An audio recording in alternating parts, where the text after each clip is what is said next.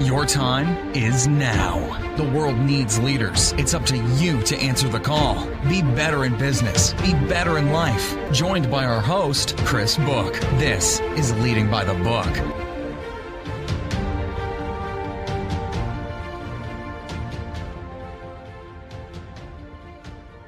Welcome to Leading by the Book. I'm Chris Book.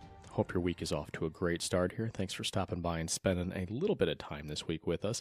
If you want to get in touch with the show, you can find me on Twitter at Chris Book or on LinkedIn. You can also drop me a line on leadingbythebook.com. Of course, we also appreciate it if you subscribe and would love it if you spread the word to all of your friends.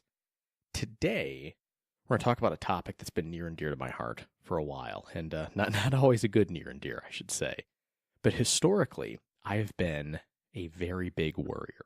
I've worried about everything in my life. I commonly found myself up late at night doing things strictly because I was too worried to allow myself to focus on anything else, and especially sleep. So some of these things were big, like the health of kids or the fate of a business.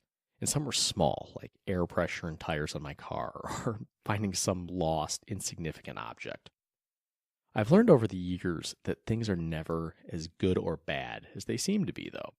They're never as important as unimportant as your mind tells you they are.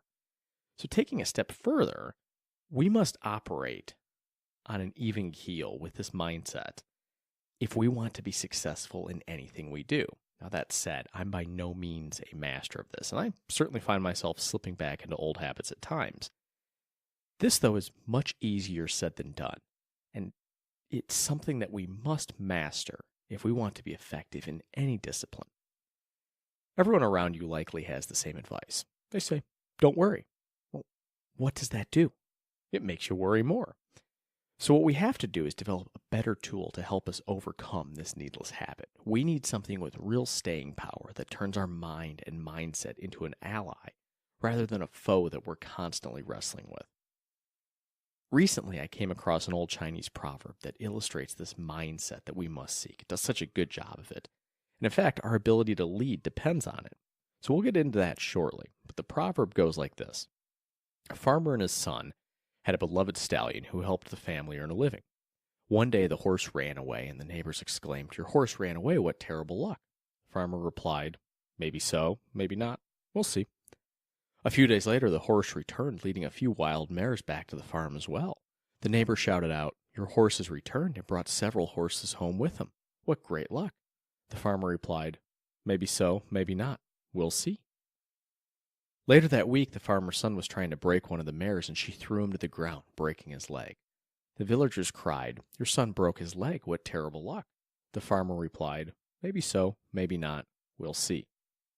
A few weeks later, soldiers from the National Army marched through town, recruiting all the able-bodied boys for the army. They did not take the farmer's son, still recovering from his injury. Friends shouted, "Your boy is spared. What tremendous luck." To which the farmer replied, "Maybe so, maybe not. We'll see." This is such a wonderful example of how we must approach the daily struggles that trigger worry and stress within our days and within our lives. The worries pull us away from the path on which we're executing in order to reach our goals. If nothing else, though, they keep us from performing well and as clearly on that path as we should be and we need to be. The older I've gotten, the more I realize that our days are filled up with these little traps. Tiny little landmines that try to pull us away from what's important. They're sneaky. They're not always visible. They may not even seem like much, but they're there, and they are always waiting to attack. I've talked in the past about what a tremendous impact Stoicism has had on me personally as well as my career. If you're new to Stoicism, this parable is effectively it in a nutshell. To be effective in any leadership capacity, we must be able to separate emotion such as worry, and be able to detach ourselves from situations. We must focus on the things we can actually impact. It's challenging to pursue this path, but it's the only way to get where we need to be. So from this parable, what did we learn? 3 things. Number 1, emotions are not real. Emotions must be managed.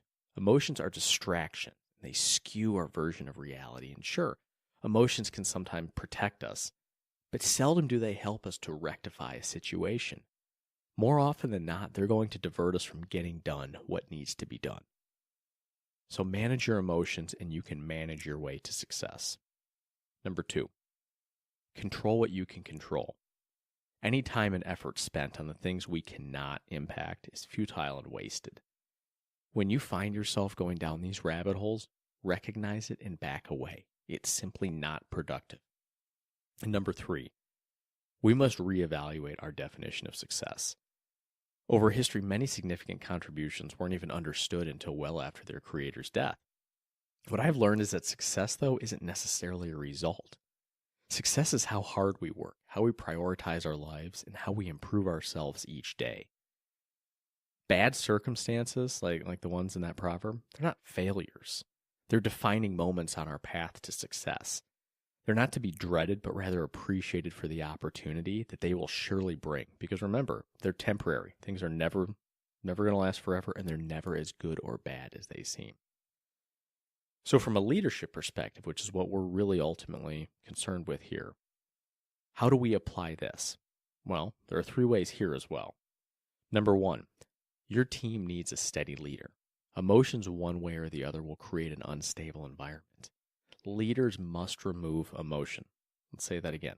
Leaders must remove and must operate without emotion. That doesn't mean you remove empathy. Of course, you need to be empathetic and you need to understand your people and care for them. But it means that you must allow yourself to think clearly, and emotion clouds that. Number 2, leaders must focus teams in times of chaos. That gets us back to controlling what we can control and prioritizing. In business, there are constant distractions. Maintaining your poise and helping your team to eliminate the noise and focus on the tasks at hand is vital in your ability to lead.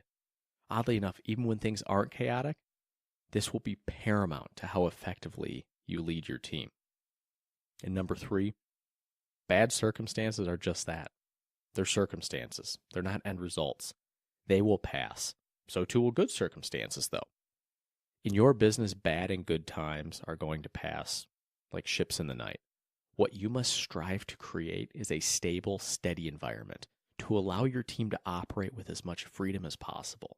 Freedom is how your team will do their best work and how you can leverage the full extent of their capabilities to deliver on your team's goals.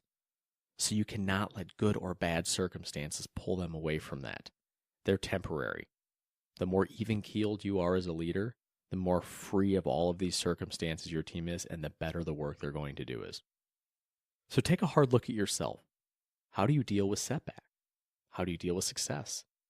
Do you treat it as temporary, or better yet, something that has no impact on your true success? Or do you let it derail you and pull you away from your mission and your responsibility to your team members? Most of us are probably the latter. We're human. It makes sense. But exercising a healthy detachment and realizing that the only finality in your life is actually probably just death will give you the steady mind and steady hand that will allow you to overcome and thrive in whatever situation you find yourself in. Leaders must be even-keeled. Your team will respect it, your team will appreciate it, and your organization will greatly benefit from it. That's all we got for Leading by the Book this week. I hope you like the show. Drop me a line on leadingbythebook.com or shoot me a message on Twitter, on LinkedIn. Let me know what you think of it. I hope you can put this to work in your own life because it is tremendously powerful if you can really harness the power of it. So until next week, wishing you all a wonderful week. Go be great. We'll see you soon.